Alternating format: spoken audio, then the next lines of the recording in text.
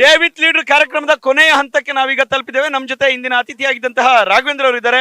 Sir, ಈಗಾಗಲೇ ತಾವು ಸೊರಬ ತಾಲೂಕಿನ ಅನವಟ್ಟಿಯಲ್ಲಿ ಬೃಹದಾಕಾರದ ಒಂದು ಭಾಷಣವನ್ನು ಕೂಡ ಮಾಡಿದ್ರಿ. ಬಹುತೇಕ ಬಿಜೆಪಿಯ ಹಿರಿಯ ನಾಯಕರು, ಮಾಜಿ ಮುಖ್ಯಮಂತ್ರಿಗಳು ಯಡಿಯೂರಪ್ಪನವರು, ಹರ್ತಾಳ್ ಹಾಲಪ್ಪನವರು, ಕುಮಾರ್ ಬಂಗಾರಪ್ಪನವರು ಹಲವರು ಭಾಗಿಯಾಗಿದ್ರು. ಎಲ್ಲರೂ ಕೂಡ ತಮ್ಮ ಪರ ಮತಯಾಚನೆಯನ್ನು ಮಾಡಿಸಿದ್ರು. ಹೇಗನ್ನಿಸ್ತದೆ ಸರ್? ನಂದೊಂದು ಯೋಗ ಅಂದ್ರೂ ಕೂಡ ತಪ್ಪಾಗ್ಲಾರ್ದು. ಒಂದು ನಮ್ಮ ಜಿಲ್ಲೆಯಲ್ಲಿರುವಂತಹ ಒಂದು ನಾಯಕತ್ವ, ಎಲ್ಲ ಸಮಾಜದಲ್ಲೂ ಕೂಡ ಇವತ್ತು ನಾಯಕತ್ವದ ಒಂದು ಪಕ್ಷ ಇವತ್ತು ನಮ್ಮ ಪಕ್ಷದಲ್ಲಿ ಎಲ್ಲ ಮುಖಂಡರುಗಳು ಕೂಡ ಇದ್ದಾರೆ. ಇದು ಪೂಜ್ಯ ತಂದೆಯವರ ನೇತೃತ್ವದಲ್ಲಿ ನಡೆದಂತ ಸಭೆ ಯಾವುದೋ ಒಂದು ಜಿಲ್ಲಾ ಮಟ್ಟದ ಒಂದು ಸಮಾವೇಶದ ರೀತಿಯಲ್ಲಿ ಇವತ್ತು ಕೇವಲ 2 ಹೋಬಳಿಯ ಒಂದು ಸಭೆ ಎಷ್ಟು ದೊಡ್ಡ ರೀತಿಯಲ್ಲಿ ಜನ ಸೇರಿದ್ದಾರೆ ಅಂದ್ರೆ ಇದು ತುಂಬಾ ಒಳ್ಳೆ ಒಂದು ಮುನ್ಸೂಚನೆ.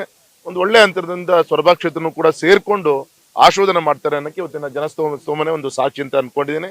ಅವ್ರ ಪ್ರೀತಿ ವಿಶ್ವಾಸನ ಉಳಿಸ್ಕೊಂಡು ಹೋಗುವಂತ ದೊಡ್ಡ ಜವಾಬ್ದಾರಿ ನಮ್ಮ ಮೇಲಿದೆ.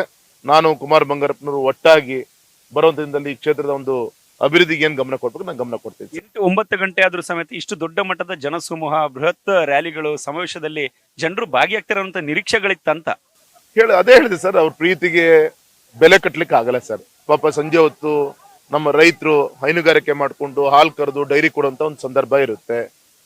ಇಷ್ಟೆಲ್ಲ ಪಾಪ ಬೇಸಿಗೆ ಇಂತ ಒಂದು ಸಂದರ್ಭದಲ್ಲೂ ಕೂಡ ಇಷ್ಟು ದೊಡ್ಡ ಸಂಖ್ಯೆಯಲ್ಲಿ ಇವತ್ತು ವಿಶ್ವಾಸ ಇಟ್ಟು ಒಂದು ಜಿಲ್ಲಾ ಮಂತ್ರಿಯ ಒಂದು ಕ್ಷೇತ್ರದಲ್ಲಿ ಈ ರೀತಿಯ ಒಂದು ದೊಡ್ಡ ಜನಸಮೂಹ ಬರ್ತಾ ಇದೆ ಅಂದ್ರೆ ತುಂಬಾ ಒಂದು ಒಳ್ಳೆ ರೀತಿಯ ಒಂದು ಬದಲಾವಣೆ ಅಂತ ನಾನು ಅಭಿಮಾನ ಹೇಳಲಿಕ್ಕೆ ಇಚ್ಛೆ ಪಡ್ತೇನೆ. ಯಡಿಯೂರಪ್ಪನವರು ಭಾಷಣದಲ್ಲಿ ಸಿದ್ದರಾಮಯ್ಯ ಸರ್ಕಾರದ ಯೋಜನೆಗಳ ಬಗ್ಗೆ ಕೂಡ ಪ್ರಸ್ತಾಪ ಮಾಡ್ತಾ ಇದ್ರು. ಯಾವುದೂ ಕೂಡ ಸರಿಯಾಗಿ ತಲುಪ್ತಾ ಇಲ್ಲ, ಕೇವಲ ನೆಪ ಮಾತ್ರಕ್ಕೆ ಮಾತ್ರ ಜಾರಿಗೊಳಿಸಿದಿರಿ, ಆದ್ರೆ ಹಿಂದೆ ಇದ್ದಂತ ಸರ್ಕಾರದ ಯೋಜನೆಗಳೆಲ್ಲವೂ ಕೂಡ ತಡೆ ಹಿಡಿಯಲಾಗಿದೆ ಅನ್ನುವಂಥದ್ದು.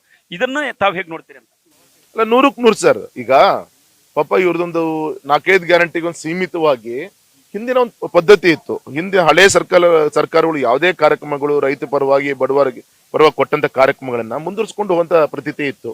ಆದ್ರೆ ಈ ಸರ್ಕಾರ ಬಂದ ಮೇಲೆ ಯಾವ್ದಾರ ನಿಲ್ಲಿಸ್ಲಿ, ಬೇಕಾದ್ರೆ ಇನ್ಫ್ರಾಸ್ಟ್ರಕ್ಚರ್ ಡೆವಲಪ್ಮೆಂಟ್ ನಿಲ್ಲಿಸ್ಲಿ, ರಸ್ತೆ ನಿಲ್ಲಿಸ್ಲಿ, ಆದ್ರೆ ಯಡಿಯೂರಪ್ಪನ ಕೊಟ್ಟಂತ ಭಾಗ್ಯಲಕ್ಷ್ಮಿ, ಕೃಷಿ ಸನ್ಮಾನ ಯೋಜನೆ, ಸೈಕಲ್ಲು, ಈ ತರ ಹೈನುಗಾರಿಕೆ ಮಾಡುವಂತ ಆ ತಾಯಿಂದರಿಗೆ ಕೊಡ್ಬೇಕಂತ ದುಡ್ಡು ಎಲ್ಲದೂ ಕೂಡ ನಿಲ್ಲಿಸುವಂತ ಪ್ರಯತ್ನ ಆಗಿದೆ ನೋಡ್ರೆ ಸರ್ಕಾರ ದಿವಾಳಿ ಆಗಿದೆ. ಏನೋ ಇದೊಂದು MP ಎಲೆಕ್ಷನ್ ಮುಗಿಯೋರು ಕೂಡ ಉಸಿರು ಬಿಗಿಟ್ಕೊಂಡು ನಡೆಸುವಂತ ಒಂದು ಪ್ರಯತ್ನ ಈ ಕಾಂಗ್ರೆಸ್ ಸರ್ಕಾರದ ಆಗ್ತಾ ಇದೆಯಾ ಅಂತ ಹೇಳಿ ಎಲ್ಲ ಒಂದ್ ಕಡೆ ನಮಗೆ ಗುಮಾನ ಇದೆ ಸರ್. ಕುಮಾರ್ ಬಂಗಾರಪ್ಪನವರು ಕೂಡ ಇದೇ ವಿಚಾರವನ್ನು ಪ್ರಸ್ತಾಪ ಮಾಡಿದ್ರು ತಮ್ಮ ಭಾಷಣದಲ್ಲಿ. ಕೇವಲ ಇದು ಲೋಕಸಭಾ ಚುನಾವಣೆಗೆ ಮಾತ್ರ ಇರುವಂತಹ ಸರ್ಕಾರ ಅನ್ನುವಂಥದ್ದನ್ನ, ಅದೇನು ಆ ರೀತಿಯಾದಂತಹ ನಿರೀಕ್ಷೆಗಳಿದೆ. ಅವರ ಪಕ್ಷದ ಶಾಸಕರೇ ಈಗಾಗಲೇ ಬೇಸತ್ತು ಕಾಯ್ತಾ ಇದಾರೆ ಇದೊಂದು MP ಎಲೆಕ್ಷನ್ ಮುಗಿಲಿಕ್ಕೋಸ್ಕರ. ಅಷ್ಟು ಯಾವುದೇ ಅಭಿವೃದ್ಧಿ ಕಾರ್ಯಕ್ಕೆ ಇವತ್ತು ಹಣ ಬರ್ತಾ ಇಲ್ಲ. ಇದೊಂದು ಗ್ಯಾರಂಟಿ ಅಂತ ಇಟ್ಕೊಂಡು ಹೋದ್ರೆ ನಾನು ಜನರಿಗೆ ನಾವು ಪ್ರಾಮಿಸ್ ಮಾಡಿದ ಬಗ್ಗೆ ಏನು ಉತ್ತರ ಕೊಡ್ಬೇಕು ಅನ್ನೋ ದೊಡ್ಡ ಸವಾಲು ನಾವು ನಮ್ಮ ಆ ಪಕ್ಷದ ಶಾಸಕರೇ ಇವತ್ತು ನಮ್ಮ ಹತ್ರ ಬಂದು ಚರ್ಚೆ ಮಾಡ್ತಿದ್ದಾರೆ. ಹಾಗಾಗಿ ಇದು ಈ ಚುನಾವಣೆ ನಂತರ ಏನು ಅವರೇ ಬಂಡೆದ್ದು ಇದು ತಿರುಗಿ ಬಿದ್ರು ಕೂಡ ಆಶ್ಚರ್ಯ ಪಡ್ಬೇಕಲ್ಲ, ಈ ಒಂದು ವಾತಾವರಣ ಕಾಣ್ತಾ ಇದೆ. ಇವತ್ತು ಬೆಳಗ್ಗೆಯಿಂದ ಶಿವಮೊಗ್ಗ ವಿಧಾನಸಭಾ ಕ್ಷೇತ್ರ ಇರ್ಬೋದು, ಮತ್ತೊಂದು ಕಡೆ ಶಿಕಾರಿಪುರ ಹಾಗೂ ಇದೀಗ ಸೊರಬ, 3 ವಿಧಾನಸಭಾ ಕ್ಷೇತ್ರದಲ್ಲಿ ತಾವು ಪ್ರಚಾರವನ್ನು ನಡೆಸಿದ್ರಿ. ಯಾವ ರೀತಿಯಾದಂತಹ ಫೀಲ್ ಅನ್ನಿಸ್ತಾ ಇದೆ ಅಂತ? ಯಾಕೆಂದ್ರೆ ಕೊನೆಯ ಪ್ರಚಾರ ಇದು, ಇವತ್ತಿನ ದಿನ. ತುಂಬಾ ಒಳ್ಳೆ ಒಂದು ಸ್ಪಂದನೆ. ನಮ್ಮ ಚುನಾವಣಾ ಪ್ರಚಾರ ಒಂದು 15-20 ದಿನಗಳ ಶುರುವಾದಂತ ಒಂದು ವಾತಾವರಣಕ್ಕೂ ಮತ್ತು ಇವತ್ತಿನ ವಾತಾವರಣಕ್ಕೂ ಒಂದ್ ಸೈಡ್ ಅಲ್ಲಿ ಇದು ಮತದಾರ ಚಿಂತನೆಯನ್ನು ಮಾಡ್ತಾ ಇದ್ದಾರೆ. ಒಂದು ಕಾಂಗ್ರೆಸ್ ಬಗ್ಗೆ ಬೇಸತ್ತಿದ್ದಾರೆ, ಮತ್ತೊಮ್ಮೆ ಮೋದಿಜಿ ಅವರೊಂದು ನೇತೃತ್ವದಲ್ಲೇ ವಿಶ್ವಾಸವನ್ನ ಮೂಡುವಂತ ಒಂದು ವಾತಾವರಣ ಸೃಷ್ಟಿಯಾಗ್ತಿದ್ ನೋಡಿದ್ರೆ ಇದು ಒನ್ ಸೈಡ್ ಎಲೆಕ್ಷನ್ ಆದ್ರೂ ಕೂಡ ಆಶ್ಚರ್ಯ ಪಡಬೇಕಾಗಿಲ್ಲ. Okay sir, thank you. ಇಡೀ ದಿನ ನಮ್ಮ ಪವರ್ ಟಿವಿಯ ಡೇವಿಡ್ ಲೀಡರ್ ತಂಡದ ಜೊತೆ ತಾವು ಭಾಗಿಯಾಗಿದ್ದಕ್ಕೆ. ಮುಂದಿನ ದಿನಗಳಲ್ಲಿ ತಾವು ದೆಹಲಿಗೆ ಆರಿಸಿ ಬರಲಿ ಅನ್ನುವಂಥದ್ದು ನಮ್ಮ ಆಶಯ ಕೂಡ ಸರ್. Thank you sir, thank you. ಇದಿಷ್ಟು ಇವತ್ತಿನ ಡೇವಿಡ್ ಲೀಡರ್ ಕಾರ್ಯಕ್ರಮ.